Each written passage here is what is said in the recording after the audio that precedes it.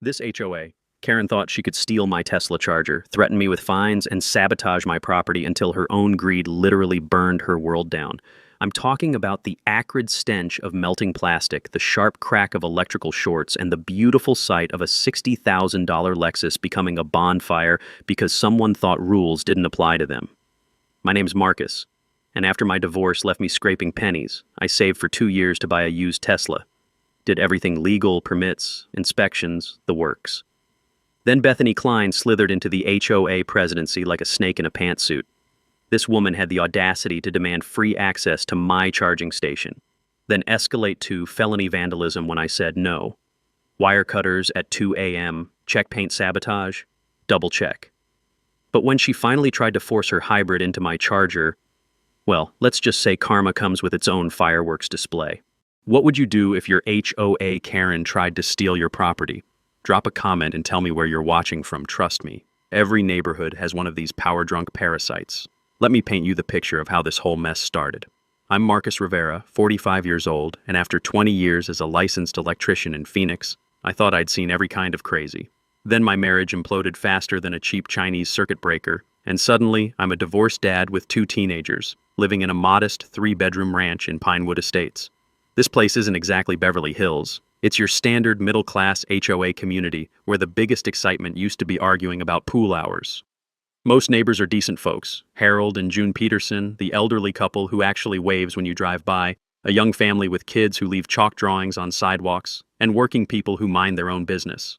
Monthly dues of $85 cover landscaping and keeping the community pool from becoming an algae farm. For 2 solid years after the divorce, I scraped together every penny. We're talking ramen noodles for dinner and the bitter taste of instant coffee becoming my morning cologne, because even Starbucks was a luxury. But I had a goal: buy a Tesla and stop feeding my paycheck to gas stations. When I found that 2019 Model 3, I felt like I'd won the lottery. Then came the real project: installing a proper Level 2 charging station. Being an electrician has perks, but I did everything legally: permits, inspections, proper GFCI protection. The rough texture of concrete still held my fingerprints when it cured, and that sharp ozone smell of fresh electrical connections meant freedom. That's when Bethany Klein slithered into my life like a designer heel-wearing tornado. Bethany, 52, had just won HOA President Unopposed Red Flag #1. She's a luxury real estate agent driving a leased Lexus ES hybrid, living in the corner mansion with magazine-worthy landscaping. Recently divorced herself, though unlike me, she got the better end of that deal. Word around the mailboxes was her settlement included some expensive private school payments for her college-age daughter. The day after installation, I hear the distinctive click-click of expensive heels on asphalt. Bethany approaches with that predatory smile real estate agents perfect for closing deals, but it gave me the same chill as hearing rattlesnakes in tall grass. "Marcus, I love environmental consciousness in our community," she purrs, eyeing my Tesla like a hawk watching prey. "It would be wonderful if eco-conscious neighbors could share resources." I explained residential chargers are designed for single vehicles' basic electrical load calculations, timing cycles, safety protocols. Her smile flickered like a failing fluorescent bulb. Think about property values. Community benefit. She made community benefit sound like she was doing me a favor by suggesting theft of my electricity. When I politely declined, that smile died completely. Suddenly it's all about aesthetic standards and architectural review requirements. The metallic taste of impending conflict filled my mouth. Here's where I made my first smart move: research. That night, I pulled up Arizona Revised Statute 33-1816-. Turns out the state explicitly protects EV charging installations from HOA interference. I also discovered our original covenants actually encourage renewable energy installations. Bethany either didn't know the law or was gambling. I wouldn't. 1 week later, an official HOA letter drops like a legal grenade, claims my station violates non-existent aesthetic standards, demands $200 for architectural modification approval, threatens daily fines in 30 days. I called our management company. They had no record of any complaint. Called the city, all my permits were spotless. Called my attorney buddy Derek, he just laughed and said, "Sounds like someone's desperate for control." That's when the pieces clicked. Bethany wasn't just power hungry, she was financially desperate. Her real estate business was struggling, divorce settlements are expensive, and harassing neighbors was her way of feeling powerful when everything else was falling apart. But here's what she didn't know. I'd been dealing with bullies my whole life, from job sites to divorce court. And unlike her previous targets, I actually knew my rights, had the skills to document everything, and the stubbornness to see this through. Bethany Klein had just declared war on the wrong electrician. Bethany didn't waste time escalating her little power trip. 3 days after that first threatening letter, a second one arrives, this time with the aggressive tone of a loan shark's final notice. She's claiming multiple neighbor complaints about my industrial equipment disrupting the residential character of our community. Industrial equipment? We're talking about a charging station smaller than most mailboxes, but apparently in Bethany's twisted reality, it's the equivalent of setting up a steel foundry in my driveway. The real kicker? She's threatening to place a lien on my property for non-compliance and CC'd the entire neighborhood email list like she's announcing a block party. Nothing says professional HOA management like publicly humiliating residents over legally installed equipment. The acrid smell of my overheating printer filled the room as I made copies of everything 20 years of dealing with building inspectors taught me that documentation beats desperation every time. That evening, I did what any rational electrician does when facing bureaucratic nonsense hit the law books. Turns out my buddy Derek wasn't kidding when he mentioned Arizona's EV protection laws during our divorce poker games. Arizona Revised Statute 33-1816 reads like it was written specifically for situations like this. HOAs cannot prohibit electric vehicle charging stations on private property, period.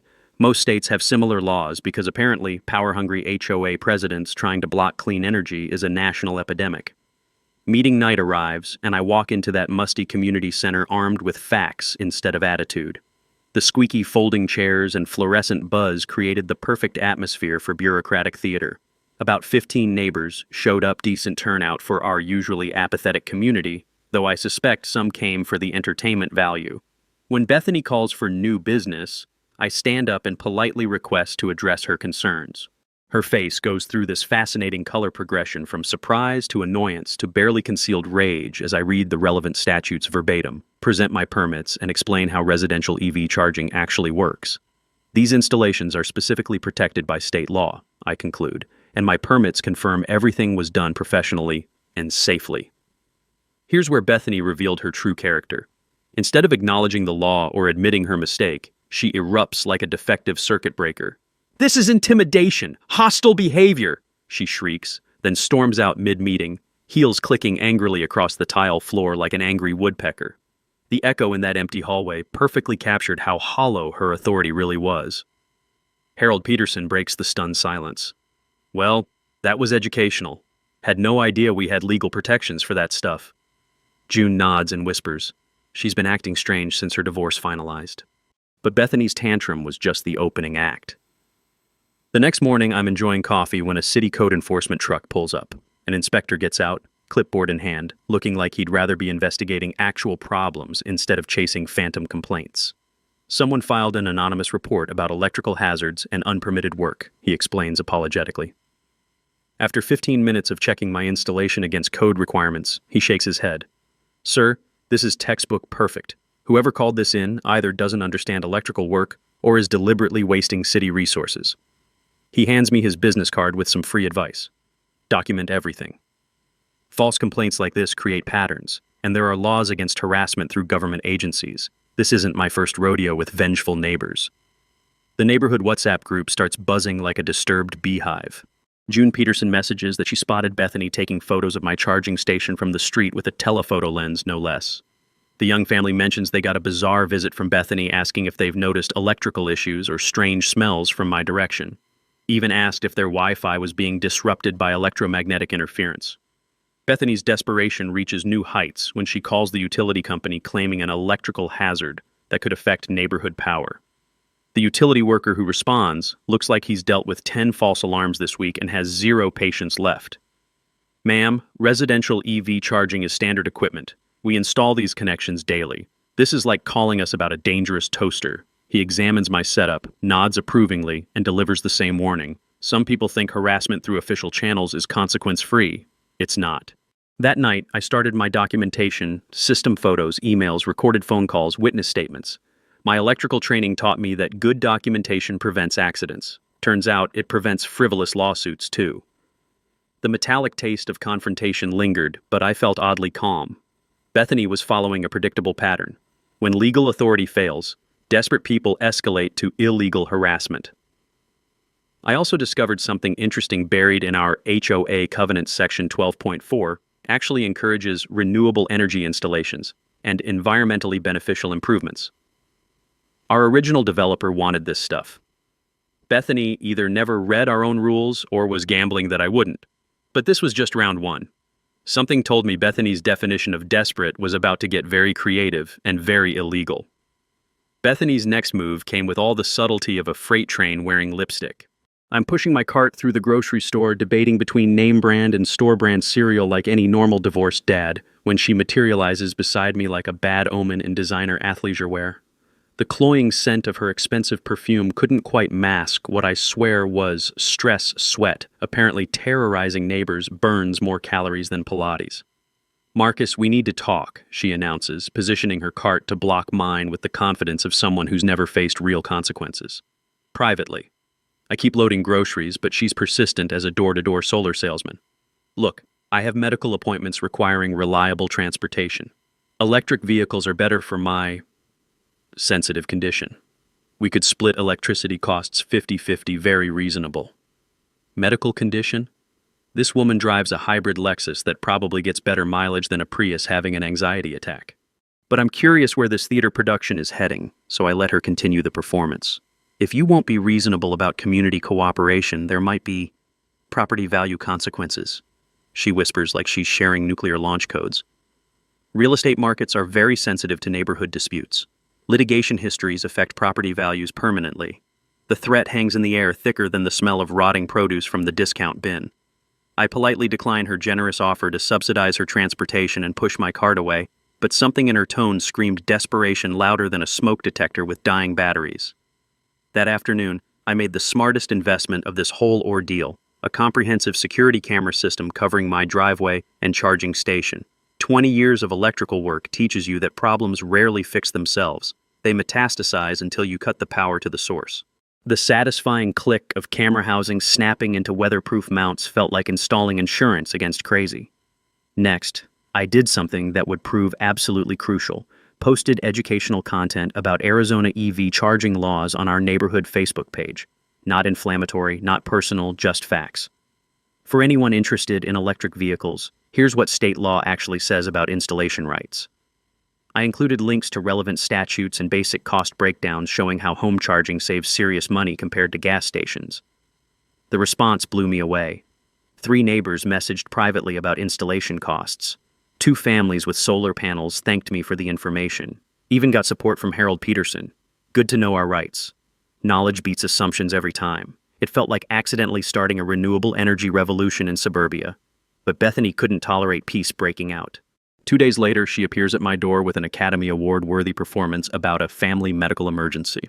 Her daughter was supposedly having complications at college, needed immediate hospital transport, but her Lexus was experiencing electrical issues, and she desperately needed my charger just this once. Here's where my good nature got the better of my judgment. I believed her. When someone claims medical emergency, decent humans help first and ask questions later. I provided my charging password and told her to take whatever time necessary. Her emergency turned out to be a 3-hour appointment at some luxury salon downtown. I know this because my newly installed security system captured her perfectly coiffed exit from that Lexus, looking like she'd stepped off a magazine cover rather than out of a medical crisis. The footage also showed her photographing my charging station's control panel, testing different settings, and examining the electrical connections like she was planning a heist. The betrayal hit harder than expected. This wasn't about transportation or community spirit. This was about a woman who'd exploit fake family emergencies to manipulate neighbors. My mouth filled with that metallic taste you get when you realize someone's moral compass points exclusively towards selfishness. Bethany's campaign shifted into overdrive after her successful espionage mission. She filed complaints with my homeowner's insurance, claiming my charging station created neighborhood electrical hazards threatening property values. My insurance company investigated with the enthusiasm of professionals who handle frivolous claims daily, confirmed my installation exceeded safety standards, and essentially told Bethany to go chase parked cars. But she wasn't finished playing victim. Next came the community discord angle. Bethany started telling neighbors my refusal to share resources was creating property value concerns and liability exposure. She approached families with dire warnings about insurance complications and electrical fire risks from living near unregulated charging equipment. Here's what she didn't expect. Her harassment was backfiring spectacularly. More neighbors asked about EV benefits and installation processes. Harold mentioned Bethany's real estate business was struggling. Clients were avoiding agents with reputations for neighborhood drama. June shared that Bethany constantly complained about divorce settlement payments and her daughter's expensive college bills. I was watching financial desperation manifest as community terrorism. Bethany wasn't just power-hungry, she was financially drowning and using HOA authority as a life preserver, even if it meant pulling everyone else underwater. But harassing an electrician who documents everything is about as smart as using a metal fork to fish toast out of a plugged-in toaster. Bethany's descent into full-blown property sabotage started with the kind of subtle mind games that make you question your own sanity. I'd come home from work to find my charging cable moved slightly, wrapped differently than I'd left it. Not stolen, not obviously damaged, just wrong. Like someone had been playing with my stuff while I was gone, testing how much they could get away with before I noticed. The first time, I figured maybe the wind had shifted things around. Arizona gusts can move a lot more than tumbleweeds. But the second time, that familiar electrician's paranoia kicked in, the same survival instinct that keeps you from grabbing live wires or working alone around high voltage. Something was definitely off, and in my line of work, off usually translates to about to become very expensive and possibly fatal. Thank God for those security cameras. The footage from Tuesday night looked like a rejected scene from a low-budget heist movie. Bethany creeping across my driveway at 11:47 p.m. with a flashlight, examining my charging station like she was trying to disarm a nuclear device. She spent 20 minutes testing connections, loosening the protective cover, and generally tampering with electrical equipment she understood about as well as quantum physics. The infrared footage captured her frustrated expressions when she couldn't figure out how to cause obvious damage without leaving fingerprints all over her crime. But Bethany was a fast learner in the worst possible way. Wednesday morning, I discovered the charging station's weather cover hanging loose like a broken jaw, with several mounting screws mysteriously vanished, not fallen out from vibration completely missing. Someone had deliberately removed them, probably hoping Arizona's legendary dust storms would finish the demolition job and make it look like an act of God instead of an act of Karen. Time to escalate from documentation to actual law enforcement. Filing that police report for trespassing and property tampering felt like finally switching from electrical tape to proper wire nuts, a real solution instead of a temporary patch. Officer Martinez, who responded to my call, had the weary competence of someone who'd rather be chasing actual criminals than mediating suburban psychodramas. "You're Marcus Rivera, right? Second complaint this month about Bethany Klein," he said, flipping through his notepad with practiced efficiency.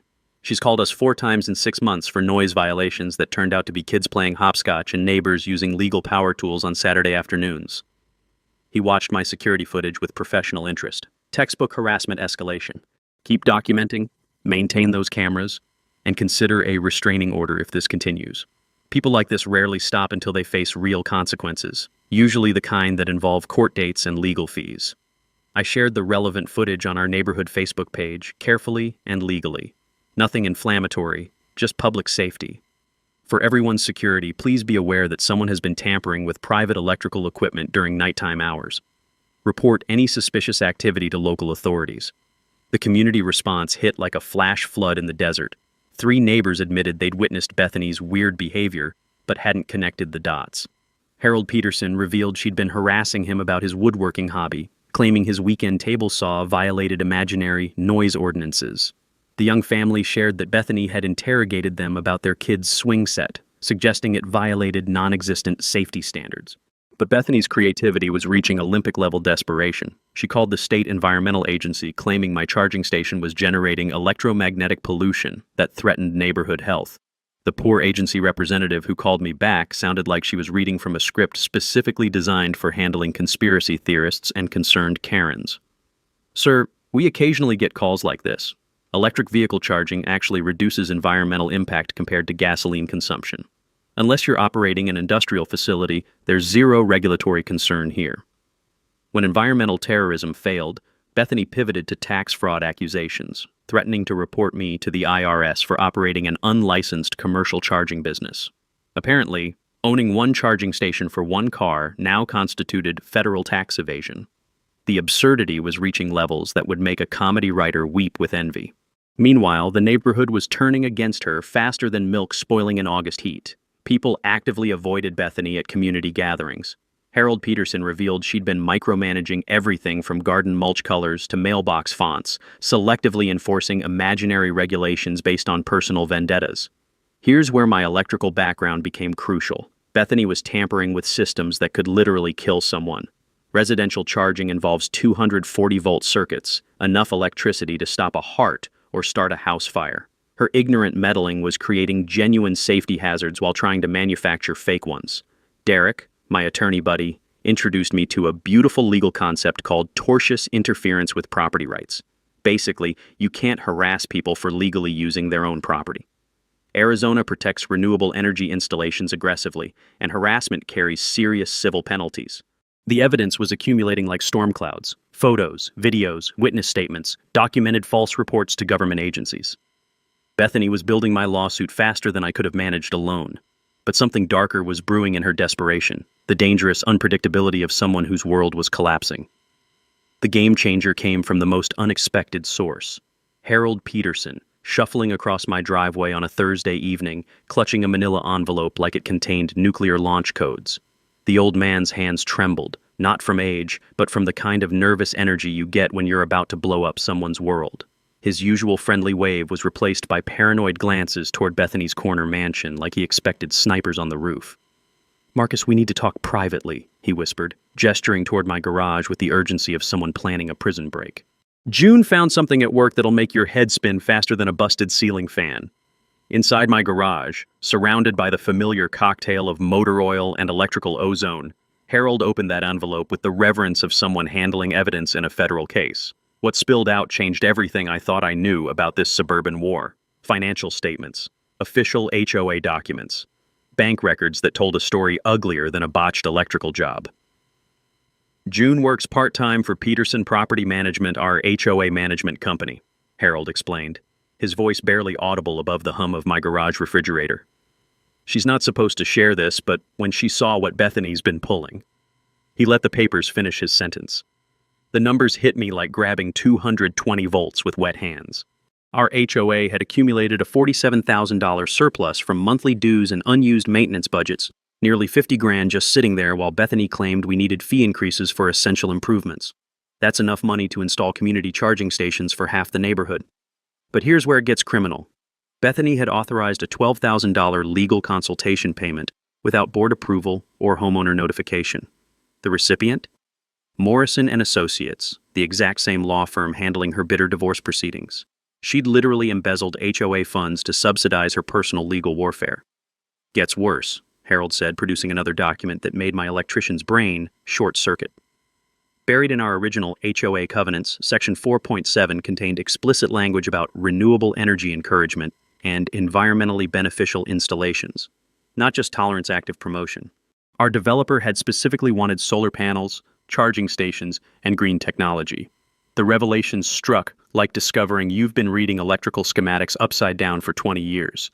Bethany hadn't just been wrong about the law, she'd been systematically violating our own community rules while stealing money to pay lawyers who were probably buying boats with our dues. June's inside information revealed Bethany's true desperation: $31,000 in credit card debt with minimum payments devouring her shrinking real estate commissions. Her divorce settlement demanded monthly payments for her daughter's elite private college payments she'd been missing like a drunk electrician misses wire nuts. Real estate license renewal requires expensive continuing education, Harold added with grim satisfaction. June overheard her begging creditors for extensions, promising payments she can't make. The power dynamic flipped, like throwing a main breaker. Bethany wasn't just controlling, she was financially drowning, using HOA authority as psychological life support while her existence disintegrated. The harassment wasn't about charging stations. It was about maintaining the illusion of power when everything else was collapsing. Harold dropped the final bombshell. Annual HOA elections were next month, requiring only 5 homeowner signatures to force a vote. Given current neighborhood sentiment, Bethany's dictatorship was about to face democratic consequences. I'm running against her, he announced with the confidence of someone holding four aces. One last thing, Harold said, producing the coup de grace. Original covenants require 75% homeowner approval to ban renewable energy. We only get 68% meeting attendance. Even if she wanted to change rules, she lacks the votes. Staring at those documents felt like finally finding the main electrical panel after fumbling in the dark. Bethany had been operating without authority, embezzling community funds, and enforcing imaginary regulations. Victory tasted metallic and electric, but this revelation meant Bethany's desperation would reach dangerous new heights. The next 48 hours felt like assembling the most satisfying electrical project of my career, except instead of wiring a house, I was building a coalition to take down a corrupt HOA dictator. Harold Peterson's bombshell revelation had given us the ammunition. Now we needed a battle plan that would make Sun Tzu proud. Harold agreed to run for HOA president with the enthusiasm of someone who'd been waiting years to clean house. I've watched this community slide into petty tyranny, he said during our first strategy meeting in my garage. Time to restore some sanity around here.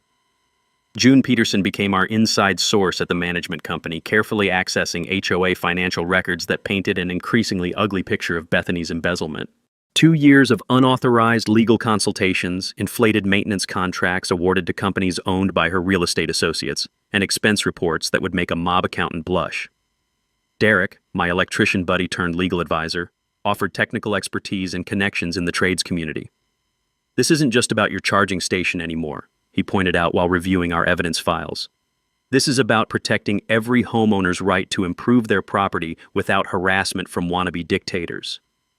Our unlikely alliance expanded when the young family with kids, the Johnsons, joined after Bethany criticized their children's sidewalk chalk art as defacing community property. Apparently, even hopscotch squares were now considered vandalism in Bethany's twisted interpretation of HOA authority. The legal strategy crystallized around multiple fronts of attack.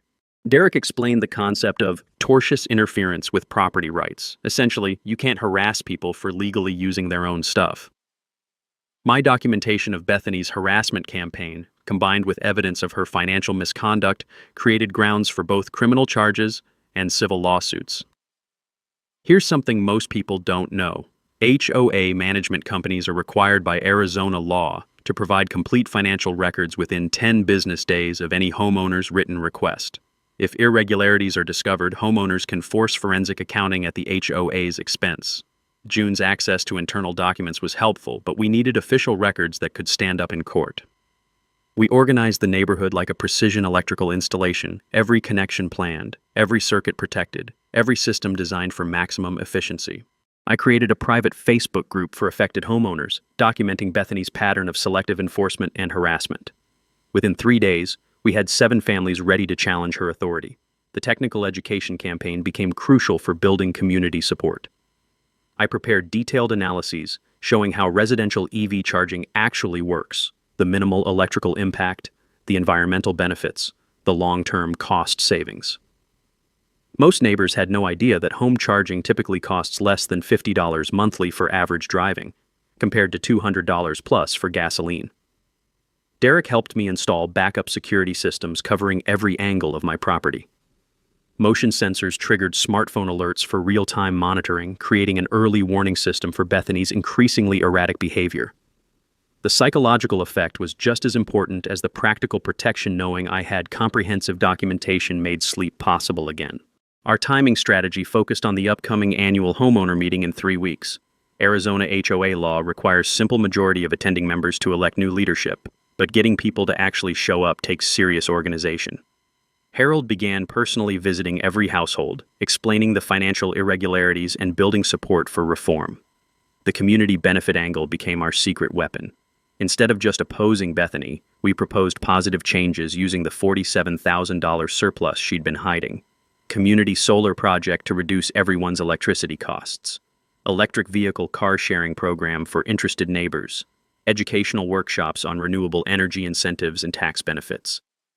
June uncovered another crucial detail.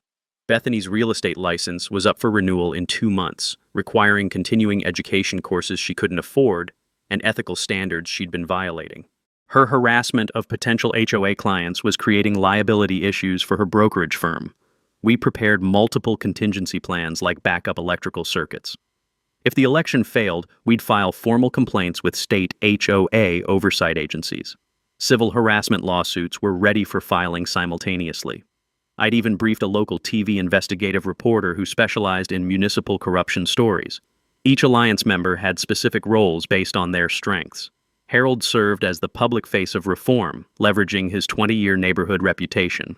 June provided financial intelligence from inside the management company. Derek offered technical expertise and contractor connections. The Johnson family handled social media organization and neighbor outreach. The evidence organization required the same attention to detail as wiring a complex commercial building. Chronological timeline of harassment incidents, spreadsheet documenting financial irregularities with supporting documentation, compilation of security footage showing property violations, and witness statements from affected neighbors. The smell of fresh coffee filled my garage during our late-night planning sessions, mixing with the familiar scent of electrical components and the metallic taste of impending justice. Every document organized, every strategy refined, every contingency planned. Bethany had declared war on the wrong neighborhood. Now she was about to discover that electricians don't just know how to wire houses, we know how to build networks that can power entire communities. Bethany's next move crossed the line from harassment into felony territory with all the finesse of a chainsaw performing brain surgery. I came home from a long day rewiring a commercial kitchen to find my charging cable severed like a snake that had met a very angry lawnmower. Not just unplugged or damaged, completely cut through, with frayed copper wires exposed like sparking nerve endings. The sight hit me harder than accidentally grabbing a live wire. This wasn't vandalism anymore. This was potentially lethal sabotage. Those exposed 240-volt wires could have electrocuted a child, started a house fire, or caused a neighborhood power outage. The acrid smell of burnt copper hung in the desert air like a warning of what could have happened if someone had touched those wires. My security cameras had captured the whole midnight performance in crystal-clear infrared detail.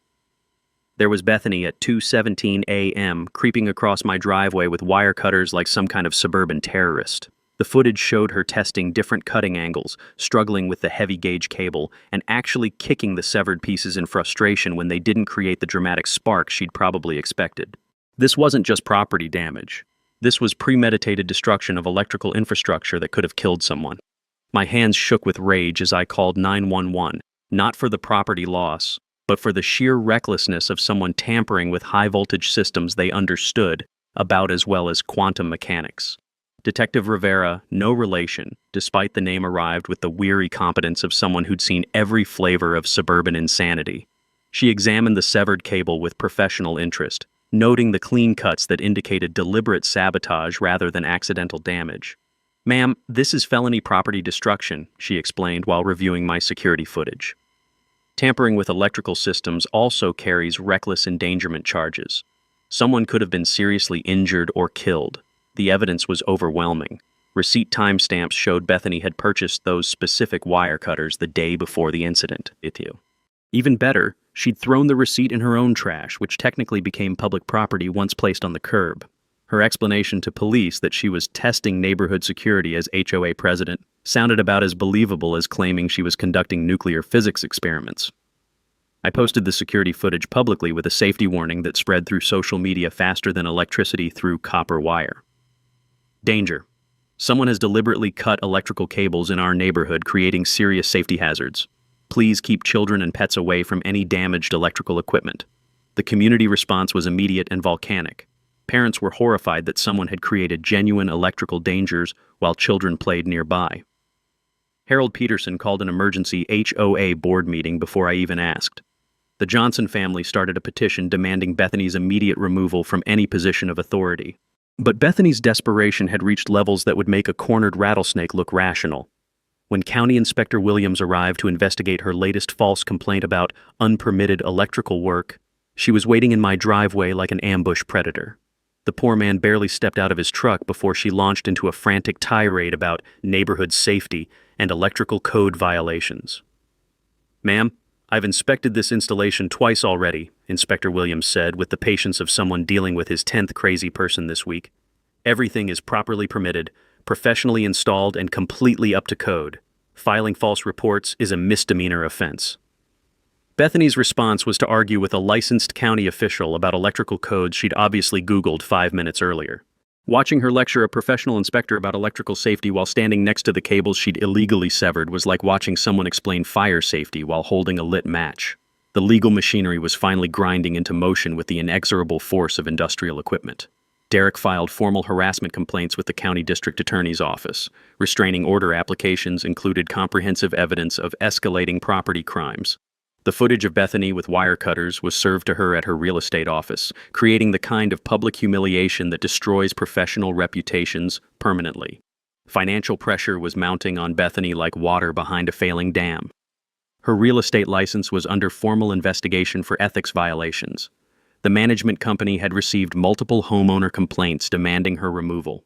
Her divorce attorney was reportedly demanding payment for those HOA consultations that had never actually involved HOA business. Media attention started building like storm clouds over the desert. Local TV reporter Janet Hernandez contacted me after the police report became public record. Bethany's refusal to comment, combined with her threats to sue the news station for harassment, only made the story more compelling. Social media picked up the narrative as HOA Karen Goes Too Far, complete with memes featuring her security footage. The neighborhood was organizing against her with the efficiency of a well-designed electrical grid. 15 families had joined our reform coalition. The petition to remove her from office had collected enough signatures to force an immediate board meeting. Annual meeting attendance was expected to triple as word spread about her financial misconduct and dangerous behavior. But I could sense something darker brewing in Bethany's increasingly erratic behavior. The unpredictable desperation of someone whose entire world was collapsing faster than a house built without proper electrical grounding. Bethany's final act of desperation arrived with all the subtlety of a lightning strike hitting a power transformer. I woke up at 12:47 a.m. to the sharp buzz of my phone's motion alerts, followed immediately by the acrid chemical smell of paint fumes drifting through my bedroom window. Nothing good ever happens when you smell paint at midnight in the desert. My security cameras captured what looked like a scene from a psychological thriller. There was Bethany, standing in my driveway with a gallon of white latex paint, methodically pouring it over my replacement charging station like she was baptizing it in suburban vengeance. The infrared footage showed paint cascading over the electrical housing, seeping into connection ports, and pooling around the base in a way that would make any electrician weep. The sight of someone deliberately destroying electrical equipment with conductive liquid made my blood pressure spike faster than a short circuit.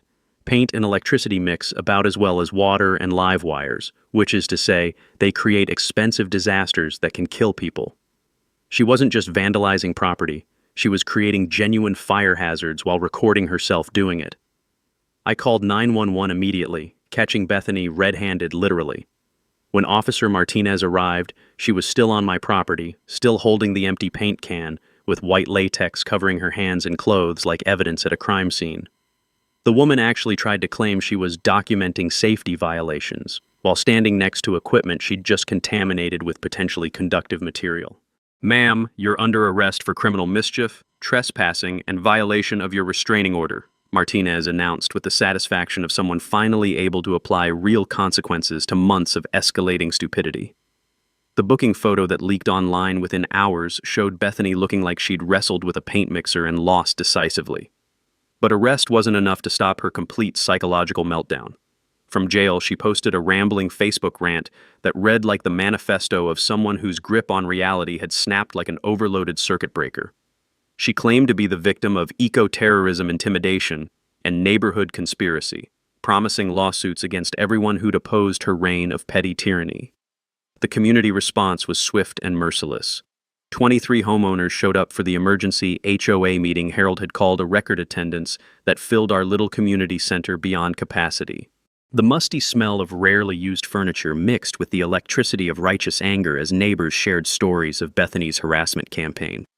The vote to remove her from the board was unanimous, not just majority but completely unanimous. Even the two households that had previously supported her threw her under the bus faster than you could flip a circuit breaker. Watching grown adults cheer the removal of a neighborhood tyrant was more satisfying than completing a perfect electrical installation. Legal momentum was building like pressure in an overloaded electrical system. The restraining order was granted based on escalating property crimes and her arrest for violating the temporary order. Criminal charges now included felony property destruction, multiple counts of trespassing, and reckless endangerment. My civil lawsuit for harassment and property damage was moving forward with the inevitability of electrical current following the path of least resistance. The media circus reached full intensity when Channel 7 News ran their investigative piece. HOA president arrested for Tesla charger vandalism. Bethany's mugshot became a local internet meme, with captions ranging from "When Karen goes too far" to "Paint job gone wrong." Her real estate license was suspended pending the ethics investigation, and her insurance company dropped her coverage faster than touching a live wire. The financial consequences were cascading through her life like a power surge, destroying everything in its path.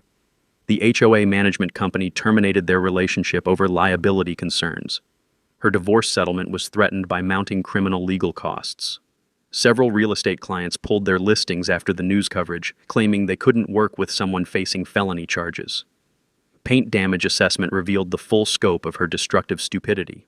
The charging station was completely unusable, with paint having infiltrated every electrical component and voided all warranties. Professional remediation costs exceeded $2,500, not including the safety inspection required before any electrical equipment could be reinstalled. She'd essentially totaled a charging station with a gallon of house paint. But Bethany's final threat came the next day when she violated her restraining order by approaching me at work. Desperation had stripped away any pretense of sanity as she demanded I drop all charges or face consequences that would make my life hell. She threatened to use her real estate connections to destroy my business reputation and ensure I'd never work in this town again. The irony was beautiful, a woman facing multiple felony charges threatening someone who documented every crime she'd committed.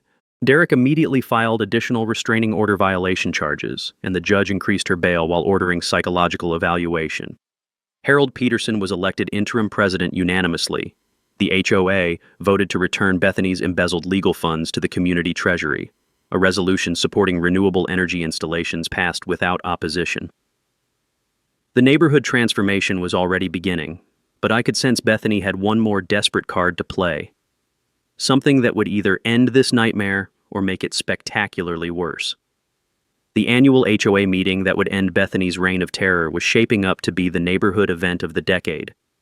Our little community center hadn't seen this much excitement since the great pool chlorine shortage of 2019.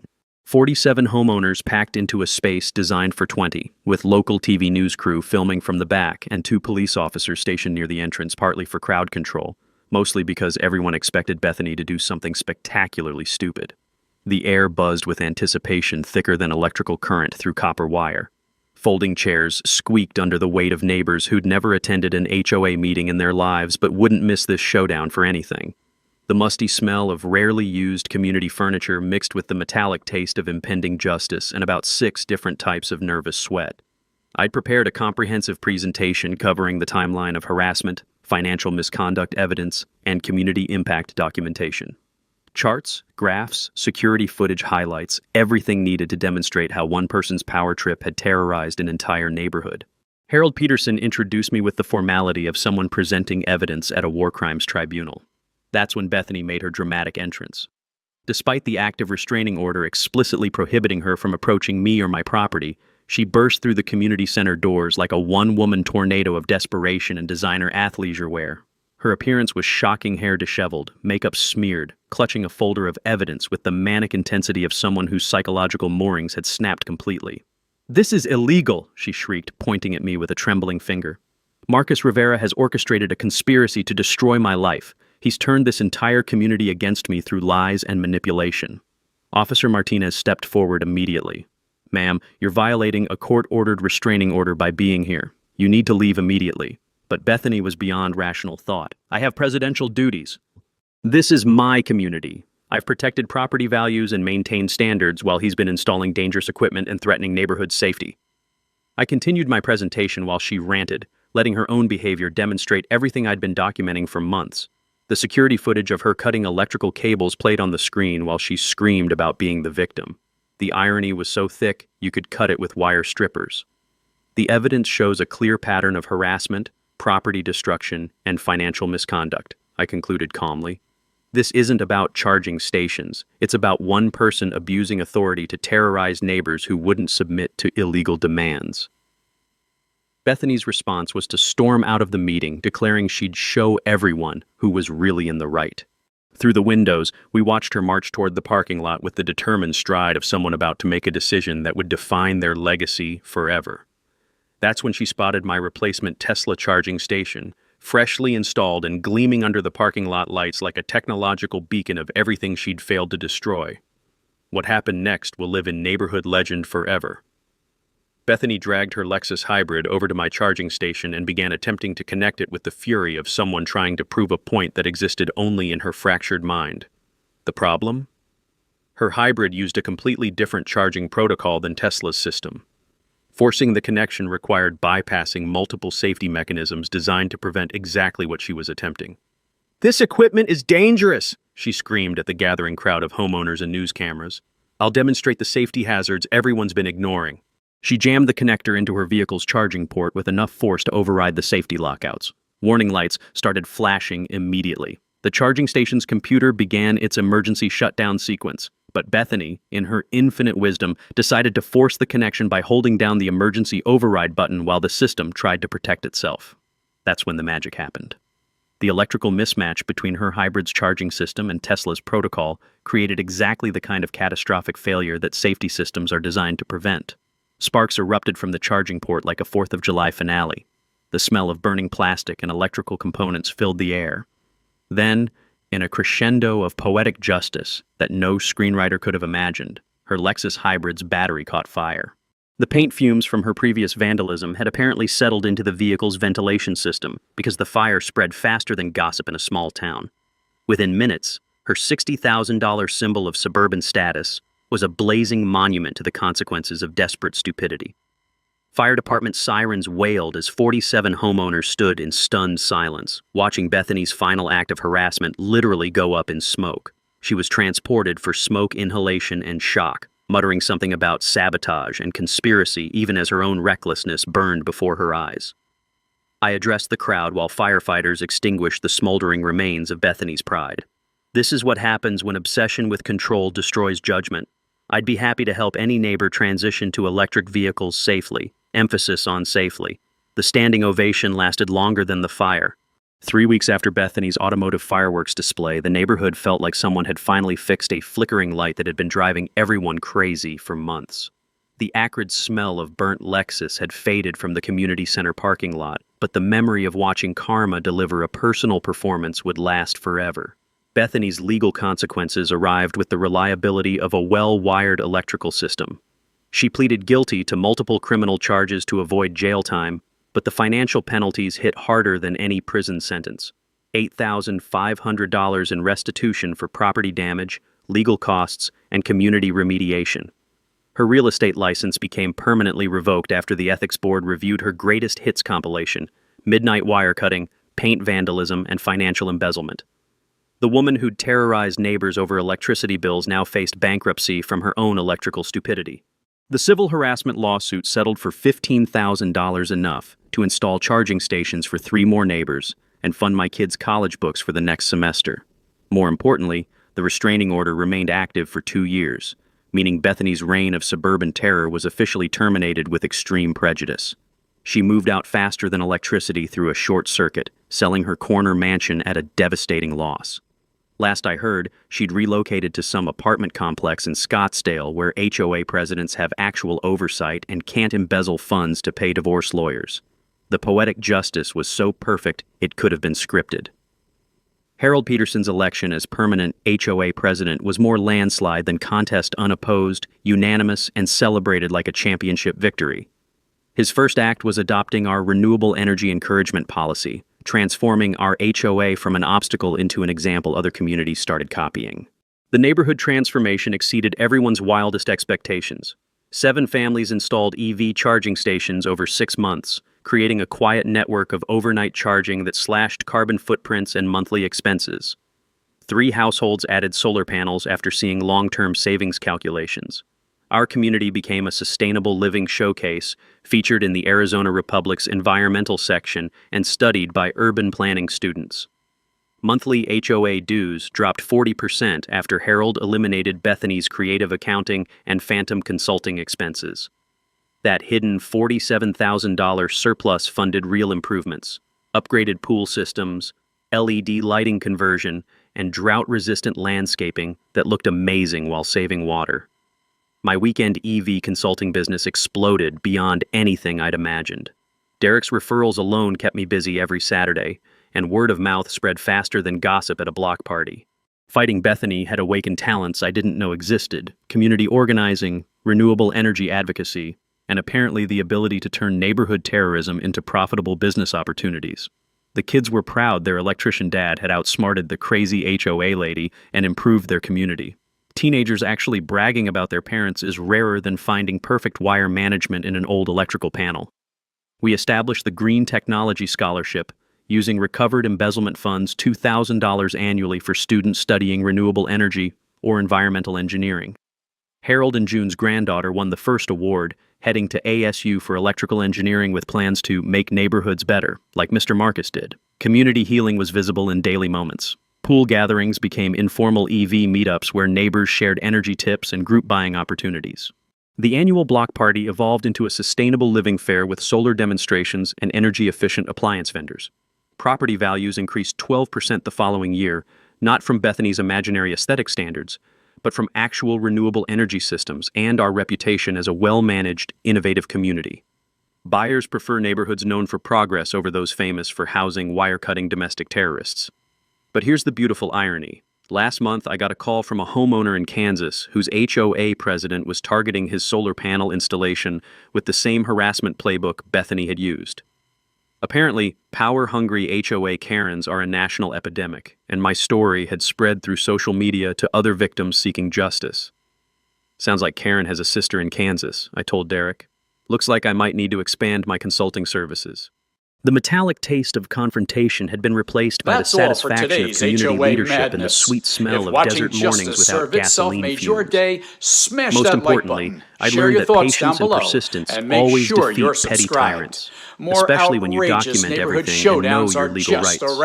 Remember, your HOA dues aren't their personal piggy bank, and renewable energy installations are protected by law in most states. Drop a comment sharing your worst HOA horror story, and don't forget to subscribe to HOA Stories for more tales of neighborhood justice and Karen comeuppance.